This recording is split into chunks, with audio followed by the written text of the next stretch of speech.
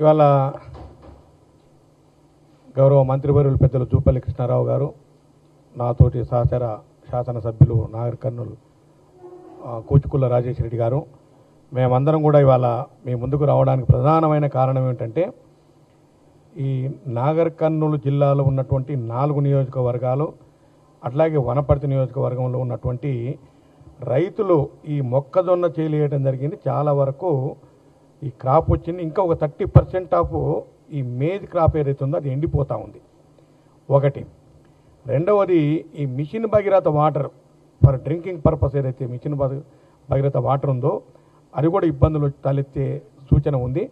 కాబట్టి ఈ కేఆర్ఎంబి నిర్దేశించినటువంటి ఈ వాటర్ లెవెల్స్ 254 ఈ అడుగులు ఎంతదో అంతకన్నా కిందికి వాటర్ పోవడానికి వీలు లేదు.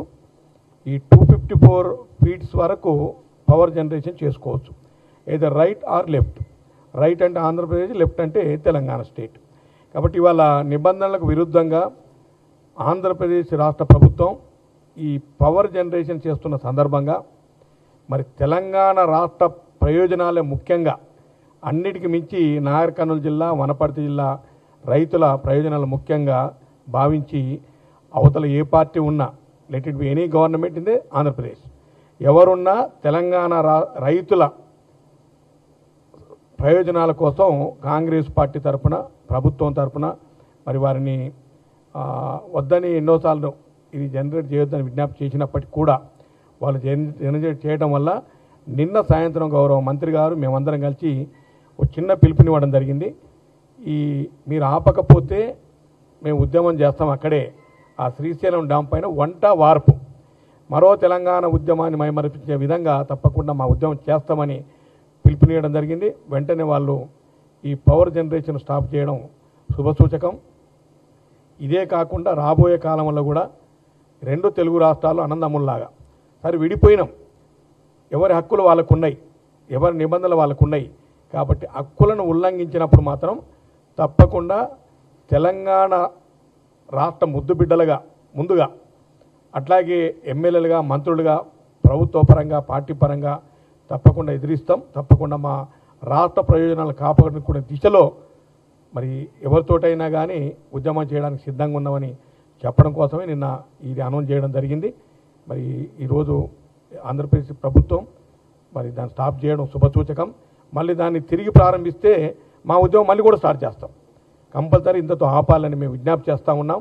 దయచేసి ఇటు శ్రీశైలం కానీ, ఇటు నాగార్జున సాగర్ కానీ, ఈ కృష్ణా రివర్ 2 రాష్ట్రాల మధ్యన ఉంది కాబట్టి మరి నిబంధనలకు విరుద్ధంగా ఎవరం పోయినా తప్పేది.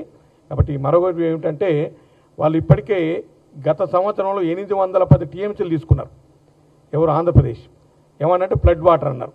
కాబట్టి మనం కూడా మనకే ఎక్కువ రావాలి. ఇప్పుడు గౌరవ మంత్రి గారు చెప్పినట్టుగా పరివాహక ప్రాంతం ఎక్కువ మనదే, కాబట్టి మనకే ఎక్కువ పర్సెంటేజ్ రావాలి. అది 69% రావాలి. కాబట్టి అకార్డింగ్ టు పరివాహక ప్రాంత ఏదైతే జిల్లాలు కానీ రాష్ట్రాలు కానీ వచ్చి ఉంటాయో వాళ్ళకి హక్కు ఎక్కువ ఉంటుంది. కాబట్టి ఆ హక్కు ప్రకారం ఇప్పటికే కోర్టులో కేసు ఫైల్ చేయడం జరిగింది. ఏది ఏమున్నా తెలంగాణ రాష్ట్ర ప్రయోజనాల కోసం ఈ రాష్ట్ర ప్రభుత్వం అట్లాగే కాంగ్రెస్ పార్టీ ఎప్పుడు కూడా వెనక్కి పోయేది లేదు. మాకన్నిటికన్నా ముఖ్యం ఈ రాష్ట్ర ప్రజల ప్రయోజనాలే ముఖ్యంగా భావిస్తూ పిలుపునివ్వడం జరిగింది. అట్లాగే ఏపీ గవర్నమెంటు మరి మా పిలుపుని అందుకొని వెంటనే బంద్ చేసినందుకు వారు కూడా కృతజ్ఞత తెలియజేస్తూ, రాబోయే కాలంలో కూడా మళ్ళీ ఇటువంటి మళ్ళీ తెలియకుండానే మళ్ళీ పవర్ జనరేషన్ చేస్తే మళ్ళీ మేము ఉద్యమం చేయడానికి సిద్ధంగా ఉన్నామని తెలియజేస్తూ సెలవు తీసుకుంటాం. Thank you very much. ఈరోజు ముఖ్య